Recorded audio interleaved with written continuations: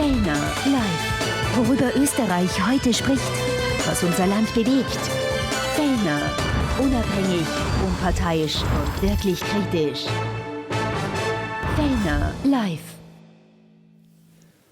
So, und jetzt wird's lustig am Mittwoch bei Fellner Live, denn jetzt ist der Mann da, den plötzlich das ganze Land liebt. Noch immer schon. Moment, was heißt plötzlich? Eigentlich schon lange. Über das reden wir gleich. Und die Dame, die sowieso das ganze Land liebt, war ja mal bei uns Moderatorin, die Conny. Freut mich, dich wieder im Studio zu haben. Und es freut mich vor allem, den Schotti kennenzulernen, weil den kenne ich so lange, das darf ich gar nicht sagen, wie lange. Nein, wir sagen weil das nicht. wäre jetzt, das würde deine Startchancen am Freitag vermindern. Ja, man sieht es uns auch nicht an. Wir sind zwei junge fesche Kampeln. Definitiv nicht und dir schon gar nicht, weil du tanzt ja wie ein Jungspund.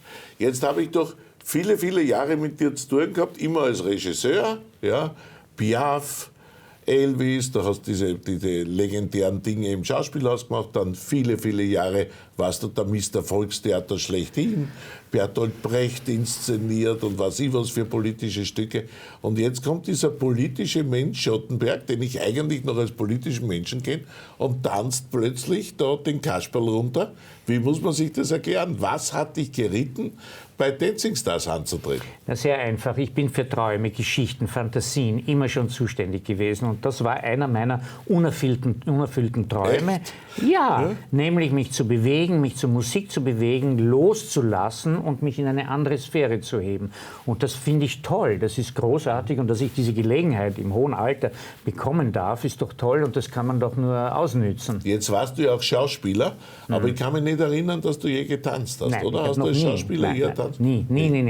Ja? Keinen einzigen Tanzschritt. Diese arme Frau, dieses hübsche Wesen an meiner Seite, muss das ertragen. Ja. Aber das ist der Sinn der Sendung, dass Menschen, die nicht tanzen können, Und reinkommen. wer hat dich angerufen und gefragt, ob du bei Dancing Stars mitmachen willst?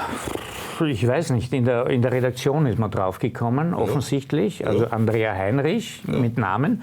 Und die hat angerufen und ich habe ein bisschen überlegt, muss ich ganz ehrlich sagen, weil es nicht so gewöhnlich war. Ja, auch nicht aber es unbedingt deiner Lebensplanung entspricht, oder? Definitiv nicht. Ja. Aber es entspricht meiner Lebensplanung, Dinge zu tun, die ich noch nie gemacht habe, meiner neuen Lebensplanung. Ja, geil. Ich habe eigentlich immer Dinge getan, die ich nicht konnte. Ob Film oder ob Theater, ob Regie oder ob Schreiben von Drehbüchern. Ich habe immer begonnen. Kaum habe ich etwas können, sozusagen, bin ich wieder woanders hingehupft und habe etwas getan, was ich noch nie getan habe. Und dieses immer wieder neu beginnen hält mich Und dann jung. hast du gesagt, ich mache das. Ja, ich mache das, ja. Und ich probiere das. Ja. Und dann ist die Conny, die eine Spezialistin für schwer Erziehbare ist. Schwer erziehbare Tanzpartner, oder? Wen hast du alles schon gehabt, Conny? Na, den Fadi Merser, der war tatsächlich ein bisschen schwer erziehbar. Der Norbert Schneider war nicht so schwer erziehbar, aber da sind wir gleich raus. Ja, ich wollte schon sagen, dein Schicksal ist, du bist immer gleich rausgeflogen. Genau, und hast du gedacht, das ist der Nächste, mit dem fliege ich gleich in der ersten Runde raus? Deswegen was war der erste Gedanke, als du den Schotten getroffen hast? Der erste Gedanke war... Ja. Na, also, das ist jetzt Insiderwissen. Die Andrea Heinrich hat mich damals bei unserem Redaktionsgespräch gefragt, mit wem ich gerne tanzen würde. Und da war ja Stefan Petzner noch natürlich alle im Rennen. Martin Lloyd, Virginia Ernst, auch ein großes Thema. Und ich habe gesagt, ich tanze mit jedem. Ich liebe Herausforderungen, ich tanze auch gerne mit einer Frau, weil das einfach... Mit einer Frau Sie zeige ich auf dich. Dafür hast du den Schotten gekriegt. Und dann hat sie gesagt, was wäre mit Michael Schottenberg? Ich gesagt, ja, kenne ich nicht, tanze ich auch gerne. Ja. Und dann kam der auf die Bühne bei der Pressekonferenz und war so klein, da habe ich mir gedacht, den kriege ich sicher nicht. Und dann war der so lustig, dass ich mir gedacht habe, das wäre aber eigentlich eine witzige Geschichte. Genau. Und dann auf einmal hieß es Conny Kreuter und da war ich kurz erschrocken, weil ich mir gedacht habe, der ist ja viel zu klein für mich. Auch bei den Fotos überrage ich ihn, aber er ist im Laufe der Zeit gewachsen. Also so ist es wieder. Nein, ein Kopf größer bin ich. Da wirklich war? Ja, aber er steht jetzt so aufrecht da, dass man es immer merkt. Dafür musst du jetzt ja die 12 lustigsten Wochen deines Lebens hinter dir haben, oder? Mega lustig. Ja? Also sowas von unfassbar. Ich habe die besten Apps ever, weil ich so viel lachen muss mit ihm. Ja, weil der Mann ist Bauchmuskeln. Also Bauchmuskeln. Der Mann ist ja eine Humorkanone, oder? Ja, in jeder unfassbar Beziehung. lustig. Ja? Also egal wie stressig es ist, egal wie hart das Training ist, der haut immer noch eine Wuchtel raus. Ja. Und jetzt sag mir mal, was macht das Phänomen Michael Schottenberg aus? Warum lieben den alle? Jetzt könnte ich sagen, plötzlich alle, aber dann protestiert. Also, warum das hast du schon in der Anmoderation. Genau, warum lasse ich das jetzt weg? Warum lieben ihn jetzt prinzipiell alle Österreicher? Ich glaube, weil er so ist, wie er ist. Weil er authentisch ist, weil er nichts verheimlicht. Wenn er Schmerzen hat, sagt er, ich habe Schmerzen, na und? Wenn er sich freut, dann freut er sich und er ist 100% er. Also genauso wie er im Fernsehen ist er auch hinter den Kulissen, ist ein ehrlicher, aufrichtiger, lustiger und total herzlicher Mensch, der sich wirklich auch um andere kümmert auch. Egal wie große Schmerzen er hat oder wenn es irgendwie stressig ist, er hat immer noch Zeit, andere auch zu fragen, wie es ihnen geht. Also man merkt das Herz sozusagen deiner Ja, Meinung. definitiv. Du, das Herz am rechten Fleck. Und jetzt kommst du eigentlich von der Hochkultur. Das kommerziellste, was du je gemacht hast, war Elvis und Piaf, wenn ich das richtig war. Und dann nachher waren ein paar so beim Volkstheater vielleicht auch ein paar Klamaukstückerl dabei, aber letztendlich war es immer Hochkultur. Und jetzt bist du plötzlich in diesem ganzen Society- und Unterhaltungssumpf drinnen. Wie reagiert man da? Ja, ich habe das nie unterschieden zwischen Hochkultur und was ist das Gegenteil? Niedrigkultur, keine Kultur. Für mich war das alles immer Kultur. Entertainment ist auch Kultur. Ja. Also im angelsächsischen Raum gibt es nichts Tolleres, auch für einen Schauspieler, der in der Royal Shakespeare ins West End zu gehen und Musical zu machen. Also für mich war das nie ein Problem. Musical oder Operette, ich habe da nie, oder Sunny Boys mit Weg, Serafin, hallo, das sind die schön groß besten Komödianten, die es überhaupt gibt. Für mich war das nie ein Problem. Gut oder schlecht ist ein Problem. Ist mir was gelungen oder ist mir was nicht gelungen? Aber zwischen Brecht und Weißem Rössl habe ich als Macher nie unterschieden. Die Message ist uninteressant beim Weißen Rössl. Aber das Tun, das Machen, das Handwerk war immer im Vordergrund bei mir. Natürlich soll das Stück auch Sinn machen, also sonst hätte ich es nicht gemacht. Aber deswegen bin ich jetzt nicht irgendwo in einem Sumpf gelandet. Aber es muss für dich schon faszinierend sein, als derjenige, der das ja auch immer intellektuell gemacht hat, seinen Job. Warst Volkstheaterdirektor, wie viele Jahre? 10 Jahre. Gottes Willen. Ja, Kein Wunder, dass du noch so gut ausschaust, nach 10 Jahre Volkstheater. Das ist meine Leistung, wenn du mich fragst, was war sie? Definitiv, dass du das überlebt hast ohne Herzinfarkt, ist ohne Frage ein Spitzenleister. Zeigt, welche Konstitution du in Wahrheit hast. Da ist ein Dancing Stars... Ja, ein Lapperl. Ein Lapperl. Wie wir sagen. Also was Volkstheater, aber du tust das ja immer auch ein bisschen intellektuell analysieren. Das muss doch wahnsinnig lustig sein, jetzt plötzlich für mehr als 1 Million Menschen Schauspieler zu sein im weitesten Sinne. In meinem ganzen Leben habe ich nicht so viele Zuschauer gehabt wie bei einer dieser Sendungen. Ich sage dir eines, ich empfinde das so. Erstens mal ist es eine unglaublich gut gemachte Sendung. Das ist eine tolle Show, toll inszeniert, mit allem, was die Branche so hergibt. Zweitens, es ist eine Show, die Geschichten erzählt. Ich habe immer Geschichten erzählt. Das besteht nämlich nicht nur aus Tanzen, das besteht aus den Menschen, die man in eine Extremsituation hieft und man will beobachten, wie tun sich die, wie funktioniert das, wie gehen die nicht unter oder gehen sie unter, wie gehen sie damit um. Und das sind Geschichten, das sind Miniaturgeschichten und das interessiert mich, ehrlich gesagt. Das ist mein Ansatz zu dieser Sendung. Sendung. Das sind lauter kleine Schauspielstückerl eigentlich, ne? Kleine bis große, denn es sind schon Schicksale. Ich meine, es hat schon mit Leiden zu tun. Über das reden wir dann eh noch, über denjenigen, der Leiden und Schicksale in Shakespeare'scher Form bei Dancing Stars erlebt hat, über den reden wir noch. Aber zuerst über dich. Man hat dich ja eigentlich aus der schönsten Phase deines Lebens herausgerissen. Weil du hast ja die Regie beendet, du hast dem Volkstheater Adieu gesagt und gesagt, es reicht, oder? Ja, das brauche ich nicht mehr. Und dann hast du ein neues Leben begonnen. Ja. Reisender, Schreibender und Kochender, wenn ich das richtig verstanden habe. Und mit der Vespa durch Wien fahrender. Geil. Und mit einem Ballon über Burma fahrender. Sag mal zuerst einmal das Reisender, weil das ist ja der Traum jedes Menschen, den du dir da Ich habe mich ins hast. Flugzeug gesetzt und bin nach Vietnam gefahren. Ein Land, das mich immer schon gereizt hat, das ich nicht kannte, mit einem Rucksack, mit ganz wenig Geld, mit keinem Plan. Und habe gewusst, ich werde komplett alleine.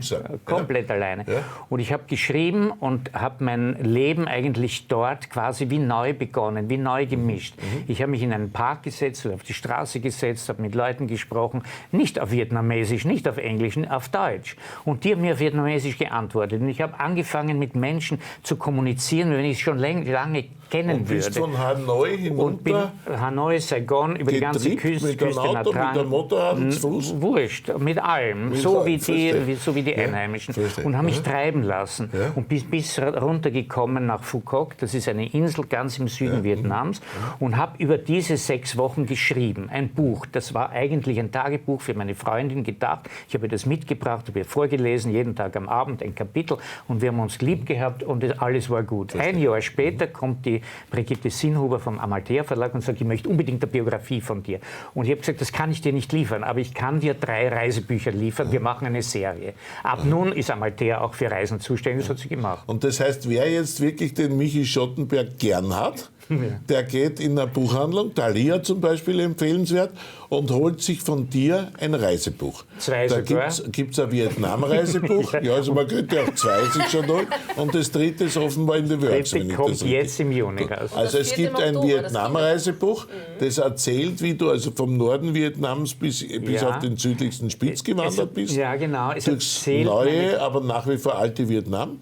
Ja, und es erzählt die Begegnungen mit Menschen. Das ist das Wesentliche. Das habe ich ein Leben lang gemacht. Ich habe immer Geschichten erzählt. Und jetzt erzähle ich Geschichten, die mir passiert sind Und dann mit gibt's Menschen. ein zweites mit und dann gibt es ein Burma. zweites mit Burma. Das ist dasselbe Prinzip. Das ist ja auch ein Reisetagebuch. ein eigentlich noch verstecktes Paradies ist, nicht? Absolut, Kann man ja. erst, glaube ich, seit 2 Jahren oder 3 Jahren Nein, hinein. Entschuldigung, seit 7 Jahren. 7 Jahren Seit schon. 7 Jahren. Und da kann man hinfahren, unorganisiert. Früher war das abgeschottet wie Albanien, okay? Hat eine Militärdiktatur gehabt. Jetzt ist es ein freies, wunderschönes Land, das noch nicht wirklich vom Tourismus kaputt gemacht wurde.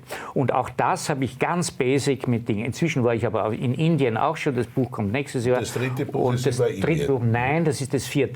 Wenn du mich fragst, das 3., das ist eine Frachtschiffreise. Ich habe sie in Nordostsee und durch den Kanal irre, auch. irre. Also Und auf einem Frachtschiff 3 Wochen lang als Crewmitglied bin ich gefahren. Das hieß wie MS Carina. Ist auch nicht schlecht, oder? Geil. Ja, Also irre. die Und Jurorin das war habe ich dein quasi. neues Leben, ja? Das ist mein neues Das ist Leben. geil. Und nebenbei kocht er? Wie kocht er? Unfassbar gut. Ja, Aber und wirklich. zwar, was kriegt man da, wenn man bei ihm Sehr, ist? sehr oft asiatisch. Ja, ja. Asiatische Speisen macht er extrem gut. Also der Lachs mit irgendwelchen Sachen drauf, im Bambus gegart, also ganz speziell, super lecker, mega lecker. Ja. Also ein Traummann eigentlich. Definitiv, er bügelt auch. Ja, bügelt. Ein leidenschaftlicher Und Bügel. er hat einen super Schmäh, das ist jetzt das Ein super Wichtigste. Spiel, aber er ist beim schon Mann, ne? vergeben. Da Ja, musste ja. ich hinten anstellen. Und eins noch, das Allerwichtigste ist, er tanzt gern. Ja, das kommt allerdings jetzt erst dazu. seit 11 Wochen. Genau. Das erst seit und, 11 Wochen, und ja. jetzt hast du diesen Menschen Tanzen beigebracht. Ja. Das war leicht oder das war ähnlich schwierig wie beim Stefan Petzner? Also es war insofern leicht, weil der Schotti, wenn er was macht, macht das 100.000%ig, so wie ich. Das heißt, ich habe ihm nur Anweisungen geben müssen und er war so mit Ehrgeiz dahinter, dass er das können wollte. Er hat sich schon natürlich wie jeder Anfänger schwer getan, aber er war so mit Herz und Leidenschaft dabei, dass es wirklich schnell gut gegangen ist. Und er ist super zuverlässig. Der war immer vor mir im Training da, hat immer daheim auch die Sachen wiederholt, hat eine super Frau, die ihn unterstützt auch. Der Theaterdirektor. Ja. Der kommt mit der Peitsche, wenn es nicht Der anders Portier war der Erste, Ja, ich war die der selber Zweite in gepeitscht. meinem Haus. Falls du Selber mal gepeitscht. 10 Jahre das Volkstheater geführt hast, ist Tänzigstanz eine leichte Übung, würde ich annehmen, oder? Ja, Zumindest von der definitiv. Disziplin her. Das war schon eine harte Nummer, oder? Das war eine sehr, Volkstheaterdirektor. sehr harte Nummer. Ja. Das hat natürlich dementsprechend auch Spaß gemacht, weil es so schwer war. Weil dieser Karren so schwer zu führen Da ist. ist dieses Theater ja mit total neuem Leben erfüllt, aber bist trotzdem 2 oder 3 Mal an Bankrott vorbeigeschrammt, wenn ich Nein, das so im richtig Gegenteil. verfolge. Ich habe es gut übergeben.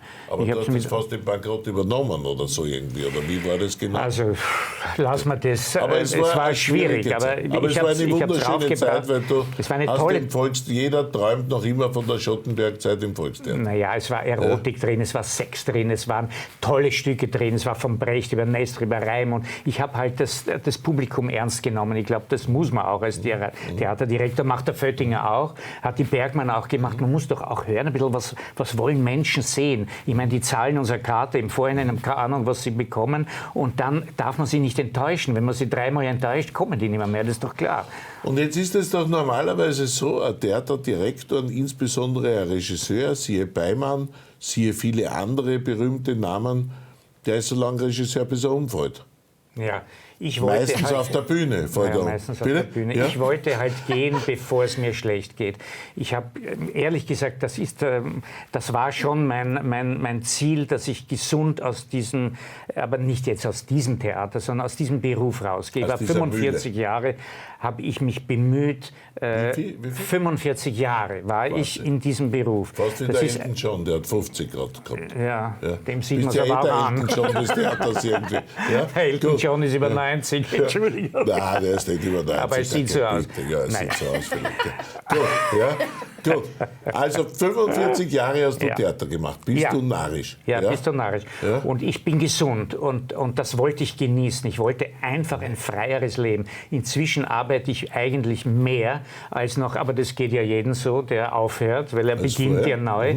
Und ich will mit diesen Dancing Stars eigentlich schon auch Mut machen, Menschen einfach ihr Leben noch mal in die Hand zu nehmen, sagen, komm, leiste dir doch einen Traum, den du dir, und sei es der verrückteste, sei es Salatköpfe in ein aufgesperrtes Nilpferdmaul zu hauen, als Volontär in Schönbrunn. Ist doch scheißegal. Ja, du meinst, der absolut verrückteste Traum, den man haben kann, ist Dancing Star. Das ist so, oder wie? Ja, warum ist weil das es so schwer ist, weil es so anspruchsvoll ist, weil es so mörderisch anstrengend ist und weil es so weit weg ist von dem, was ich eigentlich, wofür ich gestanden bin. Ich bin doch eigentlich für gedachte, zwar schon lustvolles Theater, aber eigentlich vom Kopf dominiertes Theater. Und das ist jetzt eigentlich der pure Körper. Nun habe ich einen traumhaften Körper und den zeige ich auch gerne her. Ich bestehe aus Frisur und Körper, sagen wir mal. Was dazwischen ist, habe ich gemacht. Genau, super.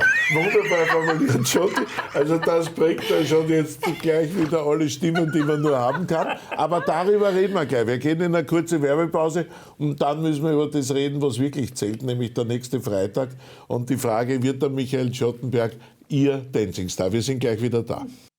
Fellner live. Worüber Österreich heute spricht, was unser Land bewegt. Fellner. Unabhängig, unparteiisch und wirklich kritisch. Fellner live. Ja, wir sind bei Fellner Live und wir haben zwei ganz besondere Gäste. Zwei Gäste, die am Freitag vielleicht Furore machen, also übermorgen. Das ist der Michael Schottenberg, der Liebling der Nation. Und das ist die Kreuter, die ihm Lanzen beigebracht hat. Und zwar auf sensationelle Art und Weise. Die Peitsche angesetzt jetzt kenne ich die Conny natürlich auch schon seit langem, weil sie in diesem Sender ja Moderatorin war.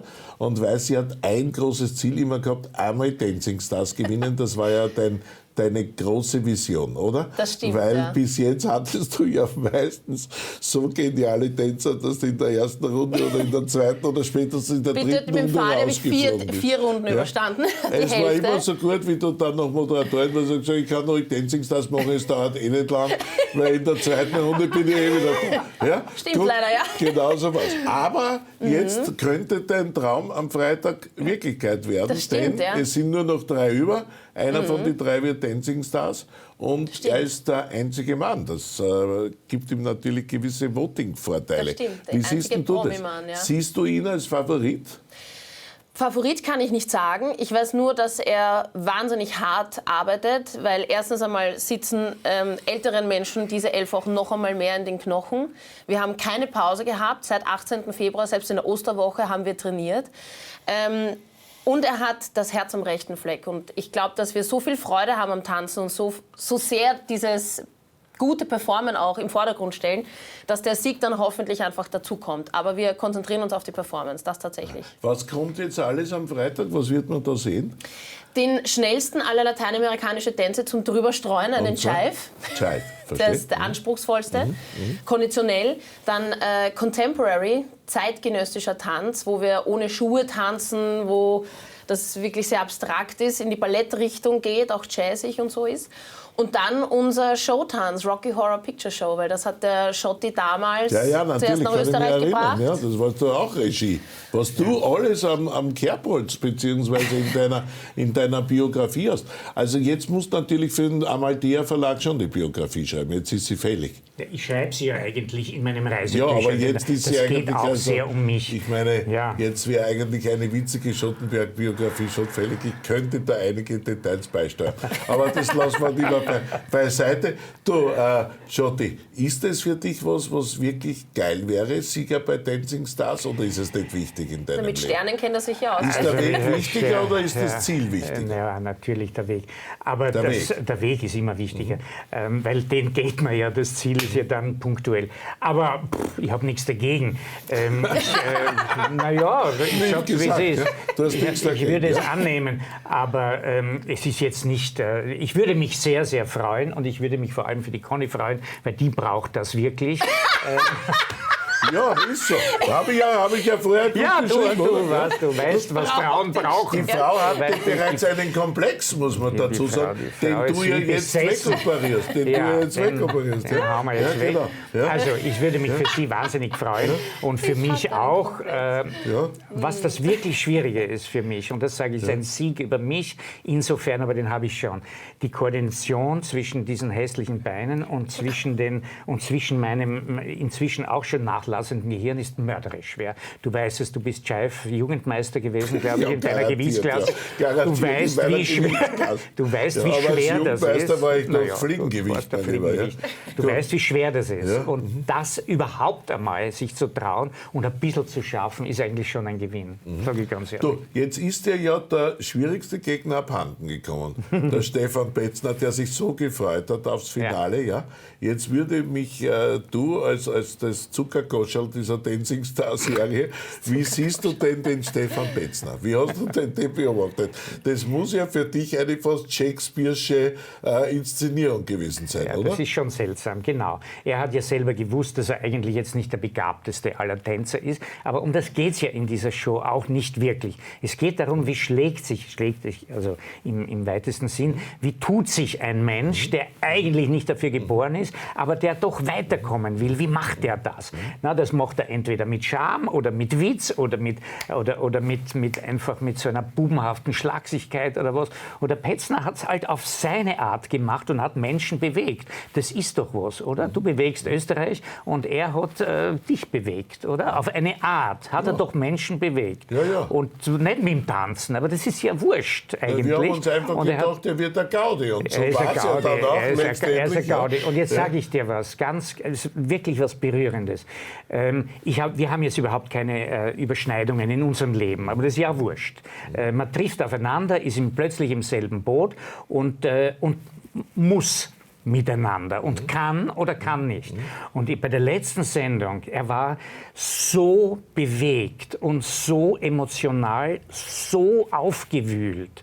Man sieht die Fassade, ja, und man gibt sich cool hinter den Kulissen, und er ist an meiner Schulter gehangen und hat mich gebraucht. Er hat mich gebraucht und ich habe ihm genau das gegeben, was er gerade gebraucht hat, Empathie. Und das war so berührend für mich. Ich habe da einen Menschen kennengelernt, der einfach tief verzweifelt war und gesagt hat, ich will eigentlich raus. Ich halte das nicht mehr aus. Und das ist so schön gewesen, weil ich da einen Menschen in ihm gesehen habe, den ich bislang eigentlich nicht gesehen habe. Und das ist doch toll, das kann die Sendung auch. Politisch warst du von dem ja immer so weit entfernt wie die Venus vom Mars, oder? Wie die Venus vom Millendorf. Ja, wie die Venus vom Weiler. So weit warst du von dem entfernt, ja, oder? Aber das ist doch Blödsinn. Also, und es geht ja nicht um, ja, natürlich, bin ich auch. Ja. Und ich weiß ja gar nicht, wofür er gestanden ist unter uns. Das weißt du schon. Das weiß ich schon. Für Jörg Haider und das BZÖ dürfte dir noch ein Begriff sein, aus deiner politisch bewegteren Zeit. Ein bisschen, ja. Nein, vielleicht war es auch tatsächlich, was er immer gesagt hat, ein Lebensmensch, und er ist mit ihm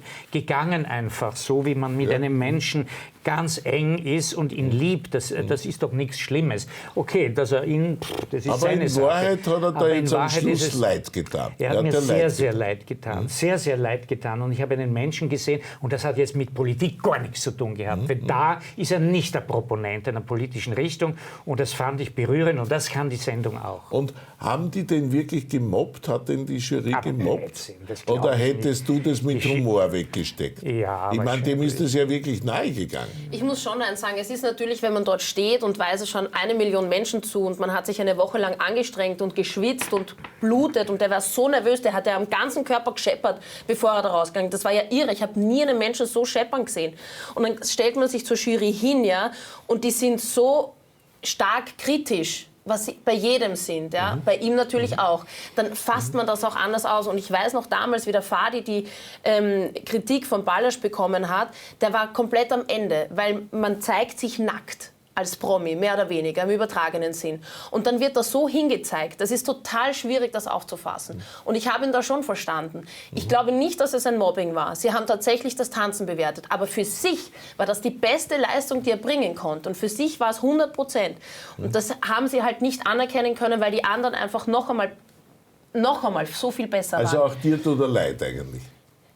Irgendwo schon, weil es natürlich, wenn man sich so entblößt und dann erntet man teilweise schon unfaire Kritik. Also man hätte Dinge schon anders kommunizieren können. Auch, aber jetzt kann man natürlich sagen, it's Showtime, oder?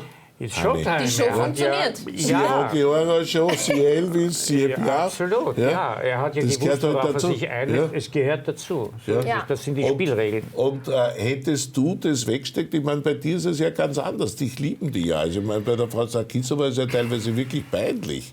Also man hat ja fast schon das Gefühl, ihr habt was miteinander. Die Conny müsste da ja schon längst eifersüchtig sein. Von deiner Freundin ganz zu schweigen, sage ich ja. Ja. Und wie nimmt man das auf, wenn man plötzlich so einer erotischen Bombe gegenüber sitzt? Oder einem so erotischen Bombenangriff gegenüber sitzt? Unsere Antwort kommt am Freitag um 20.15 Uhr.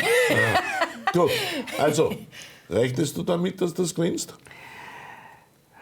Was soll ich jetzt sagen? Ja, ich würde es gerne gewinnen und wenn nicht, kann man nichts machen. Wie siehst du denn die zwei Konkurrentinnen? Da hast Das sind zwei unglaublich starke Tänzerinnen. Die eine ja natürlich auch unglaublich disziplinierte Frau ist, Skifahrerin, also die kann natürlich jeden Muskel in die richtige Tonalität bringen, noch dazu eine Showbombe. Wahnsinn, Wie siehst du die? Wahnsinnig stark, wahnsinnig stark. Die sind viel besser als ich, da braucht man gar nicht reden. Und tänzerisch, die können tausendmal mehr als ich, die können Akrobatik, die wirbeln über das Parkett, das kann ich doch alles nicht, ich schleiche da umeinander. Also gut, ist die natürlich sind auch ein stärker ganz als unterschiedlicher ich. Zugang. Ja, völlig. Die zwei sind ja Natürlich. meditativ in der Lage, sich praktisch auf Sieg zu programmieren. Du kannst es ja nur intellektuell im weitesten Sinn. Das sind zwei Weltmeisterinnen, die gewöhnt sind, mit ihrem Körper umzugehen, die gewöhnt sind, auch Schmerzen zu ertragen und sich und ihren Körper bis in eine Höchstleistung zu fordern. So, das bin ich nicht. Ich komme von... Also insofern... Also du stehst zwei Weltmeisterinnen gegenüber. Das ist schon geil. Weltmeisterinnen, das ist, ja, eigentlich da kann ich nicht verlieren. Ne? Ich habe ja schon verloren eigentlich. Alles, was ich dann drauf schippe quasi, ist ja schon toll. Also, aber letztendlich es ist nicht gewinnt immer peinlich. derjenige, der der Sieger der Herzen ist, wie wir so schön geschrieben haben. Ja, das ist ja schon der Stefan Petzner, ne? Naja, gewesen, aber der ist ja nicht mehr dabei. Stimmt. Ne? Kann man Und das ich noch meine, toppen? man muss schon sagen, wenn einer sozusagen der Kandidat der Herzen ist, ist er schon der Schotte. Ja? Für mich auf alle Fälle. Weil Sarkisova weiß schon, die Publikumsmeinung richtig wiederzugeben. Ja? Das hat sie Ich gelernt. meine, einen Vorteil Bitte? hat das, wenn man sich tänzerisch unterlegen fühlt, ist, dass man die Performance mehr genießen kann. Weil wir haben keinen Druck in dem Sinn. Wir können nur unser Bestes geben. Wir wissen, dass wir das haben, was wir haben.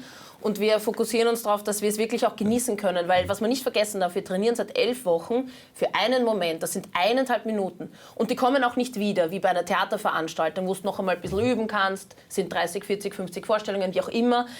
Wir haben diesen einen Moment. Und da habe ich schon im Schotti immer gesagt, das ist dein Moment. Du musst ihn genießen auch, weil der kommt nicht mehr. Dieses eine Also Mal. das wird sein Moment. Das wird sein Moment. Wir haben Ich schon hoffe, ein paar das Momente schon hinter uns. Wir hatten schon ein und paar ich Momente. habe das wirklich genossen. Ich habe für mich, ich habe gesagt, in der ersten Show will ich nicht rausfliegen, das ist mir peinlich.